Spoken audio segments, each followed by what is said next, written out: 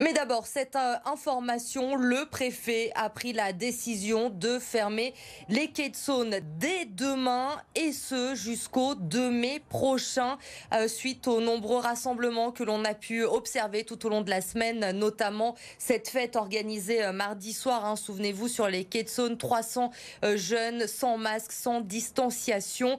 Les deux auteurs, les deux organisateurs de cette fête, justement, se sont rendus à la police aujourd'hui et ont été placés en garde à vue. Résultat, même si le maire de Lyon n'y était pas favorable, les quais de Saône seront fermés dès demain matin 6 h et jusqu'au 2 mai prochain. Grégory Doucet, justement, qui était aujourd'hui au Palais des Sports de Gerland pour voir la nouvelle réorganisation du centre de vaccination et du centre de dépistage.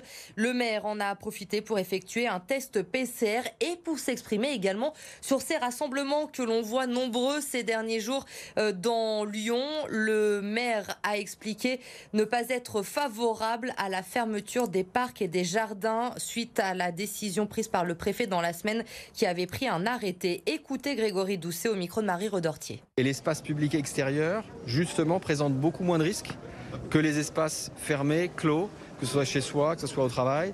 Donc non, moi je pense que surtout avec le temps, la météo qui est assez clémente ces derniers temps, on doit pouvoir avoir ces temps de respiration. Donc non, je ne suis pas du tout favorable à la fermeture des parcs, des berges.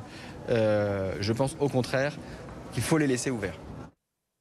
Mais finalement, ils vont donc fermer, décision prise par le préfet, et ce dès demain matin. Vacciner 3000 personnes par jour sur un seul site, c'est le défi également que se sont lancés les autorités sanitaires pour ce week-end de Pâques. À partir de demain et jusqu'à lundi soir, le Groupama Stadium se transforme en vaccinodrome et il reste encore des créneaux pour prendre des rendez-vous sur place. Pour BFM Lyon, Jérémy Pain. Dernier préparatif au Groupama Stadium ce vendredi, transformé en centre de vaccination durant le week-end de Pâques. Un centre installé dans les 2500 mètres carrés des salons VIP de l'Olympique Lyonnais. Objectif du week-end, administrer 9000 doses de vaccins en 3 jours. Pour cela, 38 box de vaccination ont été installées, 6 minutes par personne. Chaque patient doit d'abord s'enregistrer avant de s'entretenir éventuellement avec un médecin, puis de rejoindre un box de vaccination. Une grosse logistique pour cela. 70 pompiers seront mobilisés chaque jour pour vacciner. 150 bénévoles du club vont quant à eux guider les patients dans leur parcours de vaccination. Le tout à 2 pas des gradins du Groupama Stadium. Les personnes qui viennent se faire vacciner pourront même faire un petit détour dans les tribunes pour découvrir l'antre de l'Olympique Lyonnais. L'opération sera d'ores et déjà reproduite le week-end du 17 avril. 5000 doses seront alors administrées en 2 jours. C'est l'image du jour à 10h30, très précisément. Ce matin, la barre Montmousseau a disparu en seulement quelques secondes au milieu d'un amas de poussière. Cet immeuble, installé depuis la fin des années 60 dans le quartier des Minguettes, faisait partie du décor du quartier. 197 familles y vivaient et beaucoup sont d'ailleurs venus assister à la démolition de la barre ce matin. Un moment très émouvant que nous raconte Corentin Marabeuf. 6 h du matin, l'heure de quitter son appartement.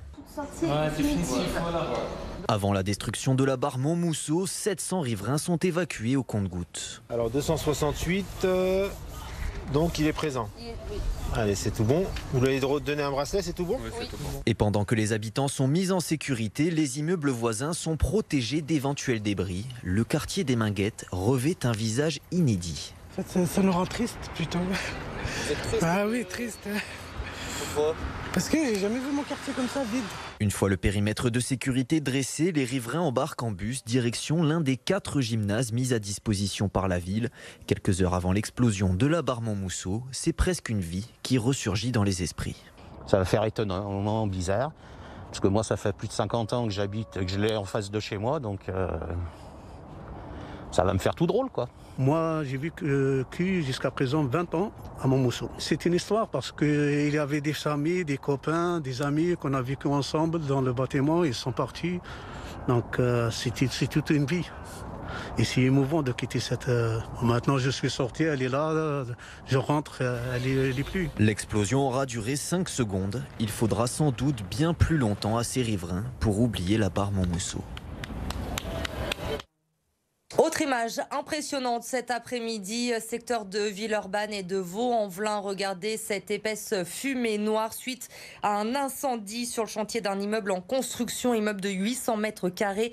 Le feu qui s'est déclaré sur le toit d'une terrasse. 2 bouteilles de gaz ont explosé.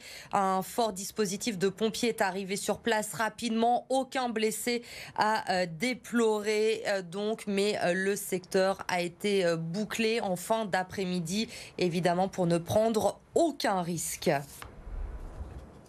Dans l'actualité également, aujourd'hui, la journée mondiale de sensibilisation à l'autisme. 80 000 personnes en France sont touchées par ce trouble mental. Et pour les parents, il est souvent difficile de trouver des structures adaptées pour les adolescents et les jeunes adultes. Exemple, dans une famille villeurbanaise, Octavie Couchard et Corentin Marabeuf ont rencontré Gabriel, 11 ans, et sa maman. Gabriel, 11 ans, effectue sa dernière année dans une école pour élèves en situation de handicap. L'an prochain, c'est sa maman qui devra lui faire classe à la maison. En septembre, tous les enfants reprendront le chemin de l'école. Gabriel restera à la maison avec sa maman, puisque Gabriel n'aura plus de solution. Et moi, je serai obligée d'arrêter de travailler, de m'en occuper à plein temps. Pourtant, en 2017, cette mère de famille avait effectué une demande pour que son fils autiste intègre un institut médico-éducatif. Mais face à la forte demande, les listes d'attente peuvent s'allonger jusqu'à 7 ans. Aujourd'hui, Gabriel se retrouve dans une impasse. Il a 11 ans, ses IME, c'est jusqu'à 14-15 ans. Donc là, ils sont en train déjà de nous enlever de leur liste. Donc il faut encore demander pour plus grand. Donc IME plus grand et c'est pareil, encore plus d'attente quoi. Et le jeune Villeurbanais n'est pas le seul dans ce cas. À partir de 11 ans, les enfants se retrouvent trop souvent sans solution d'accompagnement adaptée à leur situation. En fait, il y a une rupture de parcours qui se crée à l'âge de l'adolescence, donc à partir de 11-12 ans comme Gabriel, puisque ces adolescents-là n'ont pas le niveau pour poursuivre une scolarité ordinaire au sein de l'éducation nationale. Et les classes et instituts qui seraient à même de les accueillir n'ont pas de place. Le manque de structure y est aussi pour beaucoup. Pour Gabriel, l'espoir se situe peut-être dans le 5e plan autisme du gouvernement qui pourrait être mis en place à partir de 2022. Le sport, l'Olympique Lyonnais retrouve la Ligue 1 demain soir avec un déplacement à Lens. Et cette 31e journée pourrait bien changer pas mal de choses. L'OL est 3e avec 3 points de retard sur le Paris Saint-Germain et Lille. Les 2 leaders qui s'affrontent justement un peu plus tôt dans la journée. Le Loup, lui, va s'attaquer à un sacré défi pour son 8e de finale de Coupe d'Europe. Les Lyonnais seront en Angleterre pour affronter le champion en titre Exeter. Sans doute le tirage le plus compliqué, mais le Loup reste sur une bonne dynamique après un large succès contre Toulon en top 14. Et on termine ce soir avec cette drôle de découverte dans l'église Saint-Nicolas de Givors. Un tableau qui avait disparu depuis la Révolution. L'adoration des mages de Vivien se trouvait à l'époque dans la cathédrale Notre-Dame de Paris. Maïva Komsi. Perdue depuis plus de 2 siècles, l'adoration des mages dormait en fait ici, dans l'église Saint-Nicolas. Cette toile de plus de 4 mètres de haut vient de révéler son secret grâce à un passionné d'histoire de l'art. Au bas du tableau apparaissent 2 noms, Magimel et l'agneau. Et après recherche, il est apparu que c'était les 2 maîtres orfèvres de Paris qui ont offert ce tableau à Notre-Dame le 1er mai 1698. À la Révolution, toutes les œuvres de la cathédrale ont été saisies et beaucoup revendues au cardinal Fesch, le neveu de Napoléon et archevêque de Lyon. Le cardinal Fesch a fui la France en 1815 quand Napoléon était chassé. Et le cardinal Fesch, en fuyant, a laissé beaucoup de tableaux à Lyon. Et cette église a probablement accueilli assez rapidement après sa construction ce tableau.